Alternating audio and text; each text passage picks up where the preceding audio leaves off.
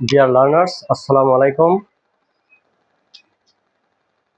Parts of speech part 2 অর্থাৎ identify the parts of speech. গত দিনের ক্লাসে আমরা নাউন যে 6 থেকে 7 জায়গায় বসে আমরা এটা নিয়ে আলোচনা করেছি। আজকে বেশ কয়েকটি উদাহরণ দিয়ে আমরা পার্টস অফ স্পিচ নির্ণয় করা শিখবো ইনশাল্লাহ। তো আমরা গতদিন যেটা বলেছি যে এই শব্দটা আমি লিখেছিলাম সোডাপি, নাউন বসে সাবজেক্টের জায়গায়, অবজেক্টের জায়গায়, আর বাদ বাকিগুলো ডিটারমিনারের পরে, অ্যাডজেক্টিভের পরে, পসেসিভ অ্যাডজেক্টিভের পরে, ইনকমপ্লিমেন্ট অবজেক্টের পরে বসে। তো আজকে বেশ কয়েকটা উদাহরণ দিয়ে আমরা আবারও বুঝিয়ে দিব। তো আমি কয়েকটা সেন্টেন্স লিখতেছি, যেমন দিস ইজ দ্য গো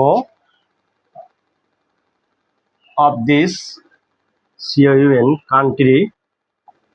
এইখানে গোলনেসে টান দেওয়া আছে। আমরা এখানে দেখতে পাচ্ছি যে এই গোটা আসলে কি, এটা আমাদের জানা দরকার। এ নাম্বার হচ্ছে ভার্ব, বি নাম্বার হচ্ছে নাউন, সি নাম্বার হচ্ছে ডিটারমিনার,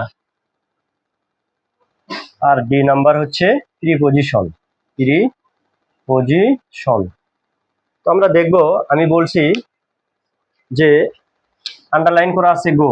নর্মালি দেখা যাবে আমরা যদি চিন্তা করি গোটা কিন্তু ভার্ব, অনেকেই যারা জানে না তারা অবশ্যই ভার্ব দিয়ে দেবে, কিন্তু আমাদের দেখতে হবে সেন্টেন্সের মধ্যে মানে শব্দের অবস্থান থেকে পার্টস অফ স্পিচ নির্ণয় করতে হবে, এই কথা আমি বলেছি।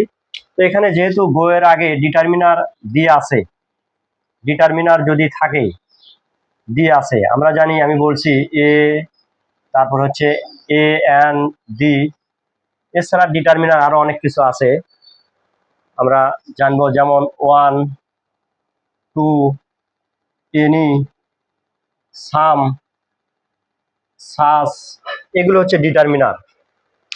এই ডিটারমিনারের পরে যদি কোনো ভার্ব বসুক বা যাই বসুক না কেন, অবশ্যই সেটা কি হয়ে যাবে, সেটা নাউন হয়ে যাবে।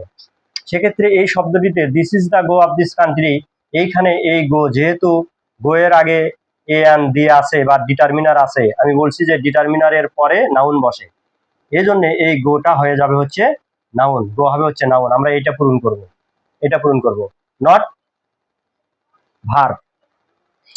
একইভাবে আর একটা সেন্টেন্স আমি লিখতেছি, ইট রেইনড, বৃষ্টি হচ্ছিল, উইদাউট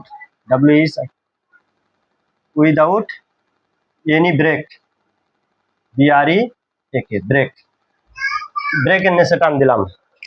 তাহলে কি হবে, দেখা যাচ্ছে এই যে ব্রেক শব্দটি আইডেন্টিফাই করব আমরা, এটা কি, এই ব্রেকটা কি, A number noun, B number verb, C number preposition, D নাম্বারে অ্যাডজেক্টিভ, ডি নাম্বার ধরলাম অ্যাডজেক্টিভ। আমাদের দেখতে হবে যে ইট রেইন, বৃষ্টি হচ্ছিল, উইদাউট এনি ব্রেক, তার মানে এনিটা হচ্ছে আমরা মানে খেয়াল করব যে এনিটা ডিটারমিনার কিনা। যদি ডিটারমিনার হয় তাহলে তারপরে অবশ্যই সেটা কি হবে, নাউন হবে। সেটা কি হবে, নাউন। তার মানে এনিটা হচ্ছে ডিটারমিনার, ব্রেকটা হয়ে গেল নাউন, তার মানে আমরা পূরণ করব হচ্ছে এইটা। কিন্তু নর্মালি যারা আমরা পার্টস অফ স্পিচ সম্পর্কে ধারণা নাই, তারা ব্রেক দেখে আমরা বুঝে নেব যে ব্রেকটা মনে হয় ভার্ব, কিন্তু ব্রেক আসলে ভার্ব নয়। যেহেতু ডিটারমিনারের পরে বসেছে, এই জন্য এই ব্রেকটা হয়ে যাবে হচ্ছে নাউন। ব্রেকটা কি হবে, নাউন হবে। পরবর্তীতে আরো বেশ কিছু উদাহরণ আছে, আমরা যদি আরো খেয়াল করি, যেমন ইট ইজ আ প্লে। প্লেটা কি, প্লেটা হচ্ছে, যেহেতু এ হচ্ছে ডিটারমিনার বা আর্টিকেল, এরপরে যা বসে সেটাই হচ্ছে নাউন। তারপরে হচ্ছে, তার মানে প্লে কিন্তু অনেকেই বলবে যে এটা ভার্ব, কিন্তু ভার্ব নয়, কারণ এটার পরে বসেছে এ এন্ড ডি বা আর্টিকেল অথবা অ্যাডজেক্টিভ অথবা ডিটারমিনারের পরে যাই বসুক না কেন, এখানে ভার্ব বসছে, সো এটা হবে নাউন, প্লেটা হয়ে যাবে নাউন। তারপরে আই হ্যাভ নো সে, সেটাও দেখা যাচ্ছে ভার্ব, কিন্তু আমরা জানি কি, আমরা জানি ডিটারমিনারের পরে যা বসবে সেটা ভার্ব না হয়ে কি হবে, সেটা হবে নাউন। তার মানে ডিটারমিনারের পরে ভার্ব বসুক বা যাই বসুক না কেন, সেটা অবশ্যই নাউন হয়ে যাবে। আচ্ছা, ধন্যবাদ সবাইকে পার্ট 3 দেখার জন্য। আপনাদের ইনভাইট করলাম। আসসালামু আলাইকুম।